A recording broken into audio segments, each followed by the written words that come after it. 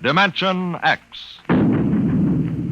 Adventures in time and space. Transcribed in future tense. Dimension X.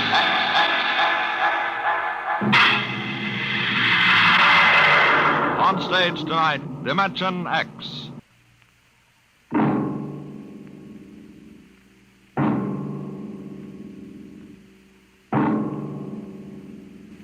What will happen when man, finally conquering the galactic distances of interstellar travel, finds life on the strange worlds across the universe? Will he discover civilizations of incredibly advanced scientific knowledge, or primitive cultures deep in a stone age of savagery? Here is a story of the relation between men of our world and beings from beyond the stars. On the desk stood a yellow bowl, the profile a simple curve, clean and sharp. The body was thin without fragility, and the beauty of its shape was matched by the glowing intensity of the glaze, a glorious transparent yellow, soothing as sunlight, yet glowing with the fire of a volcano's core. The desk belonged to Michael Tom, Regional Administrator for the Department of Interplanetary Affairs.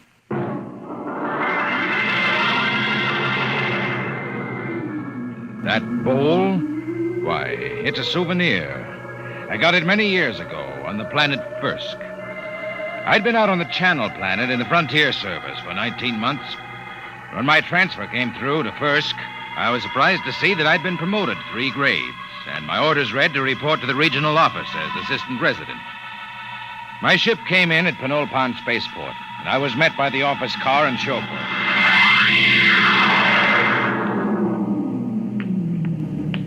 Mr. Tom? That's right. I'm Wiracek, sir. Welcome to Firsk. Thanks. Well, I didn't expect to find a 1992 Rolls here. The resident had it shipped out in parts. Mr. Koval changes every year for the new model. Pretty smooth. Hey, this is certainly different from the Channel Planet. Nothing there but ice, frost fleas, and the dullest aborigines in the system. Well, you won't find the aborigines very dull here. What kind of people are they? The Mituan? Well, they're humanoid. Very close to us systemically. Tall, sort of amber-colored and graceful. Oh, is that one, the girl balancing the bowl on her head? Yeah, she's a Mituan. Uh-huh. There isn't a very big human population at first. Well. Looks like Mike Tom has found a home in the service. You haven't met Mr. Koval yet, have you? What do you mean by that? Oh, nothing, sir, nothing. Look, Wiracek, if there's anything wrong, you'd better tell me. Well, there's nothing, sir. Nothing you won't find out. It's just that Mr. Koval is a very forceful personality. Very forceful.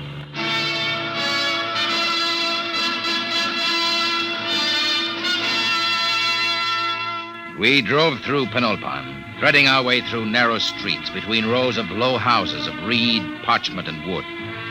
Canals of green water laced the city, and the bridges trailed ivy and orange flowers. Suddenly, we turned a corner, and there on the bank of the main canal was a large concrete and glass building, Earth-style. This was the district office, and in a room that gleamed with black plastic and glass, I found George Colville, senior resident. You're Tom? Michael Tom? Yes, sir. My last junior took off for the hills with a dancer from a Mituan grog shop. If I have any trouble with you, I'll ship you back to Earth with a -50 efficiency rating. That clear? That's clear, sir. And don't get edgy with me. Sit down. Now listen, Tom, I'm easy to get along with. I like things done right the first time. Got to give a good example for the gooks. Gooks? Yeah, the natives. I don't know what's good for them. I brought in a high-grade silica yarn to replace a root fiber they were using in fish nets. Took me 3 months to talk them into using it. I thought the Bureau policy was to avoid introducing Earth technology to stable cultures. Yeah, that's what those boneheads at the main office say. They don't have to live here. Have you seen those pigsties they live in? There isn't a concrete building on the planet. The Mituan delegation, Mr. Colville. Tell them I'm busy for 15 minutes. Yes, sir. Well, I'll be going along then, sir. Why? Well, if you're busy. Forget it. I always let those gooks wait at least 15 minutes. Softens them up. They're not hard to handle, if you know how. I was assigned to pest control, a duty Colville considered beneath his dignity. In the next few weeks, I carted rat poison and insect spray through the poorest sections of Penolpan, where the trees ended and the plains stretched out to the Cookmank Mountains. It was there that I first heard of the Potters of Firsk. I had found a pottery bazaar, long shelves of jars of every size and shape, crocks, paper-thin vases, bowls, demijohns, tankards. The glazes were remarkable, deep, glowing colors. And yet, something was missing. I looked up and down the shelves. Mr. Tom, is anything wrong? No, it's just, I've got it. There isn't any yellow. Yellow? That's right, there are no yellow glazes at all. They have every other color, ruby, green. There's a jar that's translucent, but no yellow. Well, maybe it's a superstition. Could be. Yellow might be connected with death or disease. Well, you can find out, Mr. Tom. Here comes a Me Too, and she probably runs the place. May I help you, sir? Oh, you speak English. I must. We trade with the Earth colony. Your wares are very beautiful. For example, how much is this bowl? 75 credits. That much? They are our ancestors. And to sell them as cheaply as wood or glass would be irreverent. Your ancestors? You mean the bowls? Yes. Uh-huh. Tell me, where's the pottery made? In Penolpan? No, back there. In the mountains? There our ancestors go and the pots are brought back. Aside from this, I know nothing. The Metuan fear the potters. Why? No one knows what lies beyond the first hill, Earthmen. Sometimes we see the glow of furnaces. And when there are no dead for the potters, they take the living. Living? There are the potters now. What are they shouting? That they have sold all their wares. That they will ride back to the mountains now. Hey, big devils, aren't they? Red hair. They are very strong. I think I'll visit the Potters one of these days. No, Earthmen. No? Why not? It is dangerous for you. They have guarded their secrets from all Penolpan. They are very fierce.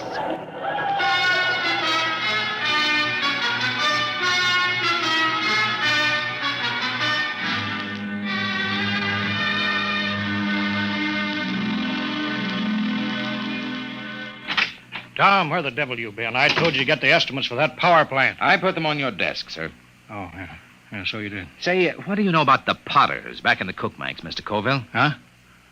Oh, they're a tribe of bandits or something. Why? I was at the bazaar today. A girl called the vases ancestors. It seemed strange. Ancestor?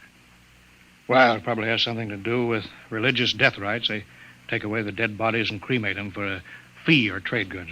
The girl said that when they don't get the dead, sometimes they take the living. What? Well, so that's it. What, sir? Raiding. About every month or so, a couple of Me Too and turn up missing. The whole city clams up like tongue-tied parrots. For 2 years, I've been trying to track it down. Tom, these Potters must be behind it. Raiding, huh? Well, we'll see about that. No, we don't know anything definite. Well, we will. Get Weircheck to roll out the copter. We're flying out to those mountains. I'll put a stop to this if I have to blow them clean off the planet.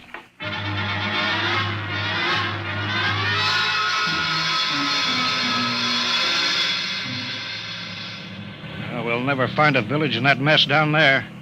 Look at those cliffs. There's a smoke trail over there to the right. Potters need kilns. Kilns need heat. That's a volcano, not a chimney. Let's try out along that ridge, then we'll go back. Oh, wait, I think we found them. Where? At the base of the volcano. Look close. You can see buildings. Yeah. Set her down. Should we land, sir? They're supposed to be pretty rough on home ground. We're official representatives of the system. Remember that. That might not mean much to a tribe of mountaineers. Don't argue with me, Tom. Land.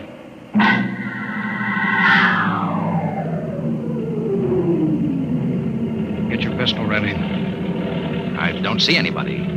The village is deserted. They're hiding. It's the Potters, all right. There's a heap of old broken jars. But I don't see the kiln. We'll stay here till something moves. What's that? One of the Potters. Wait a minute. Here they come. 3 of them. You cover them, Tom. I'll do the talking. Hey there, you! What brings strangers to the village of the Potters? I'm Colville, chief of the Planetary Affairs Bureau in Penolpan. This is an official visit to see how things are going with you. We make no complaints. Oh? I've heard reports of you Potters kidnapping Me Too. Is there any truth in that? There is an ancient agreement. The Potters are granted the bodies of the dead, and occasionally, when the need is great, we do anticipate nature by a year or two. You mean you admit it? The soul lives forever in the bowl it beautified. What do you mean? Look here, just what do you do with the corpses? Our glazes require lead, sand, clay, alkali, spar, and lime. All but the lime is at our hand, and this we take from the bones of the dead. I see. Well, we don't want to interfere in any native customs or rights. Corpses, that's between you and the meat touring.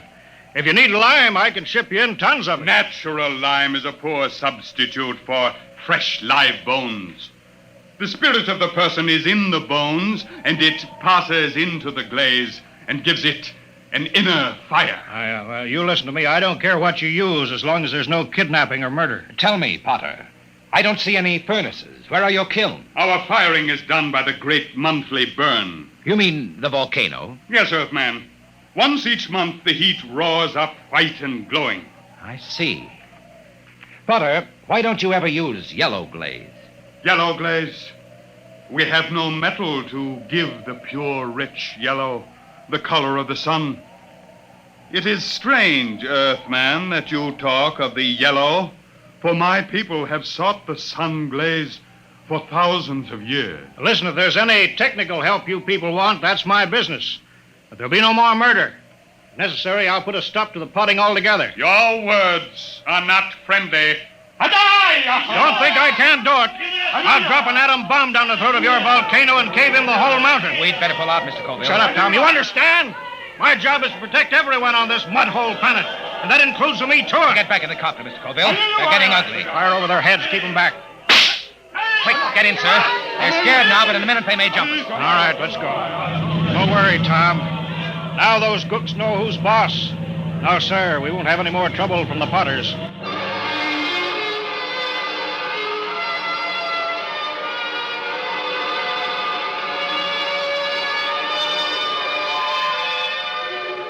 Colville kept me pretty busy the next few weeks, but I got to spending a good deal of time at the Pottery Bazaar with the girl. Her name was Sue Then. She was interested in everything I had to tell her about the rest of the galaxy, and I was lonely, so I got to looking forward to my visits there. I was on my way there one evening when suddenly I heard shouts down the side streets. I hurried toward them, pulling out my gun. And then I heard the deep cry of the giant Potters and the crack of hooves on the cobbled streets. Suddenly, a group of riders burst around a corner and charged down on me.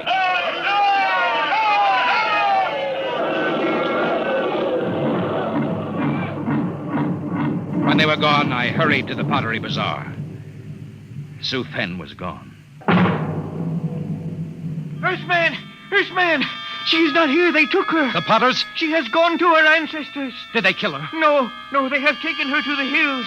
But soon she will live forever, her spirit wrapped in the glorious glaze. Sue Then. There is nothing to be done.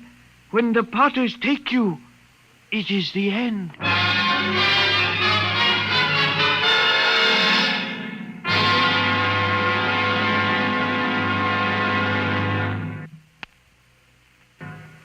They've been raiding again, huh? Pour me to one tonight. Bring the copter around in front. It's ready. Tom, I'm going to break out the atom bomb from the arms locker. You fly out there and drop it down that volcano crater. I'll teach those murdering devils a lesson they won't forget. But the Mito They'll and come crawling to the city on their hands and knees. I know how to run this planet.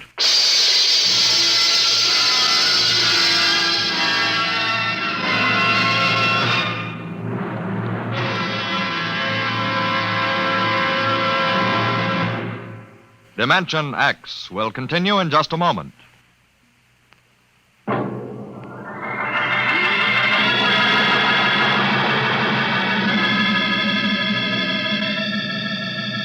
There's the village window, Chick. Swing over it. Shall I pull the safety on the bomb? No, hold it. But Mr. Colville said I know what he said. But they got a girl down there, and I'm going to get her out alive. And I'm going to start by trying to talk with that 7-foot red-headed Potter. All right, we're a check. Set her down right in the middle of Main Street.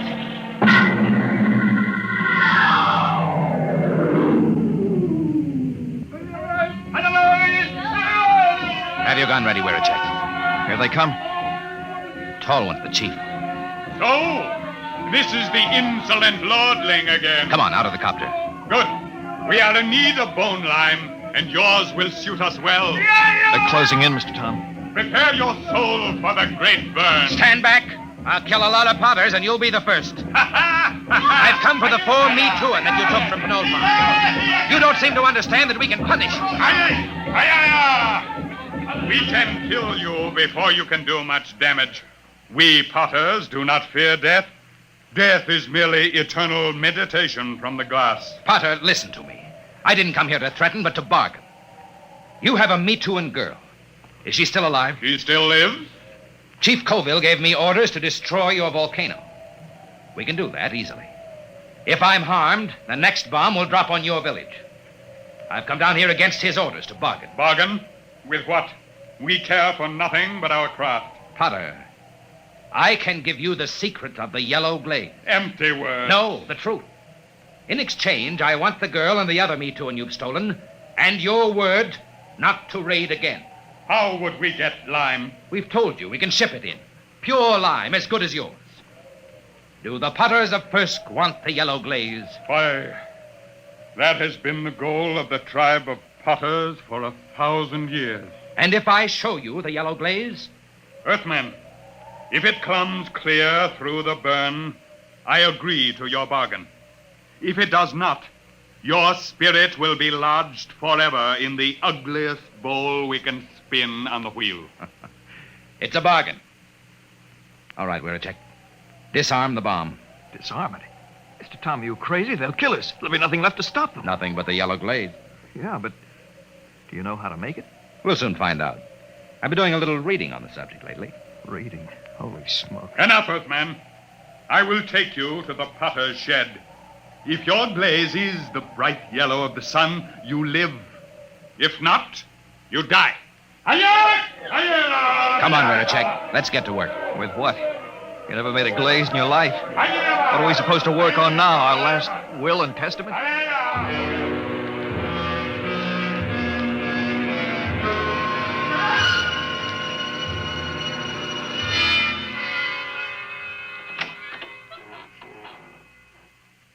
Who's that? Suzanne.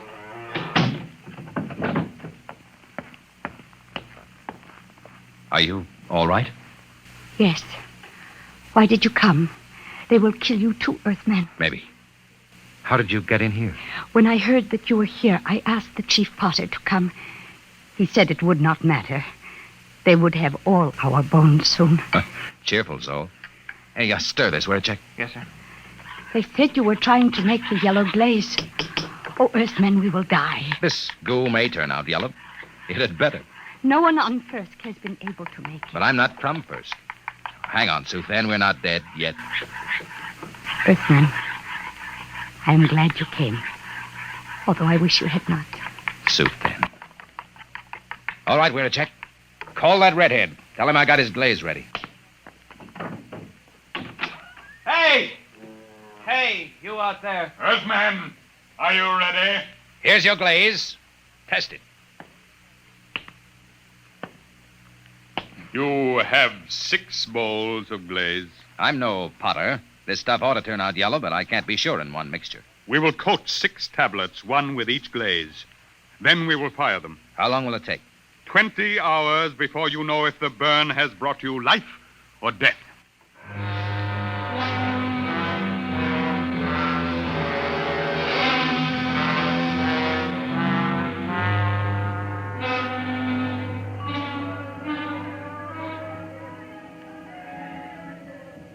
How long can they keep that up? It's been hours. Tiles ought to be done soon. Earthman, here comes the Chief Potter. It must be time. The tiles are cooled. It is time now to open the kiln and test your glaze. A bargain has been made. The glaze is yellow, or you die. I will open the kiln. How are they, Mr. Tom? Mr. Tom? I can't see inside. It's dark. All right, Potter, pull them out. What are you waiting for? I will remove the first tile. No. A dull, dirty brown, Earthman. Pull out the next one. The color of mud. Now, wait a minute. What is the use? There is no yellow glaze. Get that next tile out. We made a bargain. Mr. Brown, your glazes are worse than the feeblest work of our children. Prepare your spirits for the great burn. Now, wait.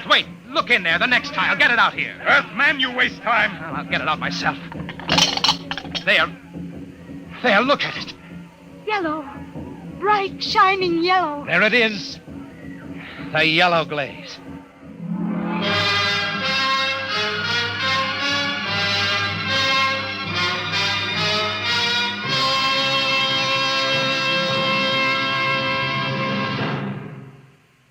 Tom, where in thunder have you been? Mr. Colville, I've been I trying sent you out on business which should take 2 hours, and you stay 2 days. Why? I got the 4Me2 back, and I made a contract with the Potters. No more raiding. You what? I made a deal with them, and it turned out to be a better idea than yours. You disobeyed. You deliberately... Tom, you're through here. Through with planetary affairs. Listen, Mr. If a man Colville. can't be trusted to carry out orders, he's not worth a lead nickel to the Bureau. Get your gear together. Leave on the next ship out. Yes, sir. Wait. You're on company time till 4 o'clock tonight. Until then, you obey my orders. Take the copter back to the hangar. Bring the atom bomb back to the armory. I can't. What? I've been trying to tell you. There's only one way I had to make that yellow glaze. Tom, what the devil have you done with that bomb? I gave it to the Potters. What? It was the uranium salt that made the yellow glaze. The Potters didn't have any, so I gave them the uranium out of the bomb. That was part of the bargain. What? You gave that murdering tribe of crooks at uranium? You heard me. And if you think you could have used it better by blasting them out of that mountain, you're crazy. Why, you abysmal, blasted imbecile. That's the only bomb we had. Those Potters could tear Penulpan off the face of the planet. If you want that uranium, Colville, you can go out and get it. And if I'm fired, I'm through now. Why, you fresh smut, you yellow-livered louse. I ought to If you kill asked you. me, I'd say it'd be dangerous business trying to get that uranium back now. Where a check? Where a check? Yes, Mr. Colville. Yes, sir. Get the copter fuel. Get me a double holster and a full bandolier of ammunition. Yes, sir. Tom, when I get back, I'll see that you rot in the deepest cell in the Gallatin Tower. I'm going out now to those hills. I'm going to bring in that uranium myself.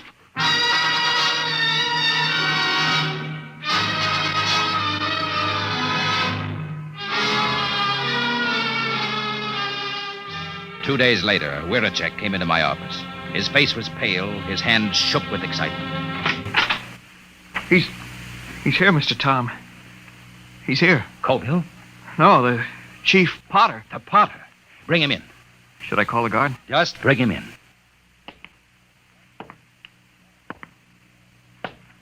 Well, Potter, I was just going to the mountains to see you. Earthman, does that bargain we made still stand? Just a minute. First, I want to know what happened to my chief. He has not returned. A madman came to the village of the Potters. He said you had no authority. He said he could not allow the Potters to keep the heavy metal that makes glaze like the sunset. What happened to Colville? Tell me. There was violence.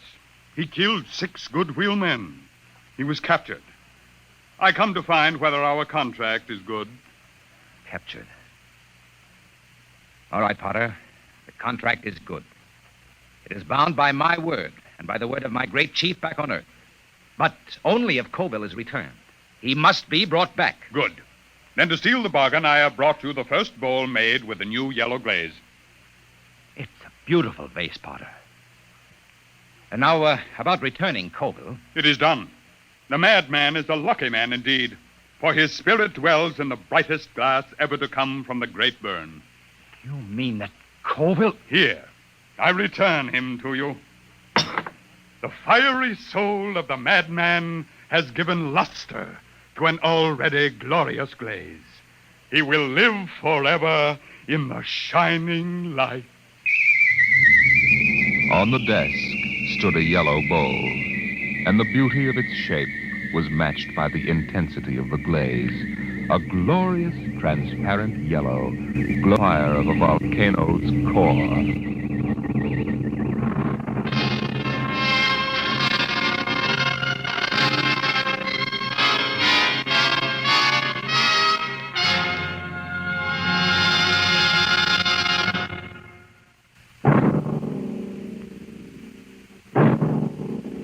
Tonight, Dimension X has transcribed The Potters of Firsk, written by Jack Vance and adapted for radio by Ernest Kenoy.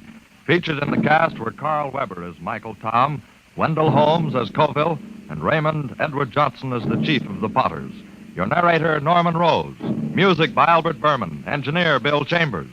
Dimension X is produced by Van Woodward and directed by Edward King.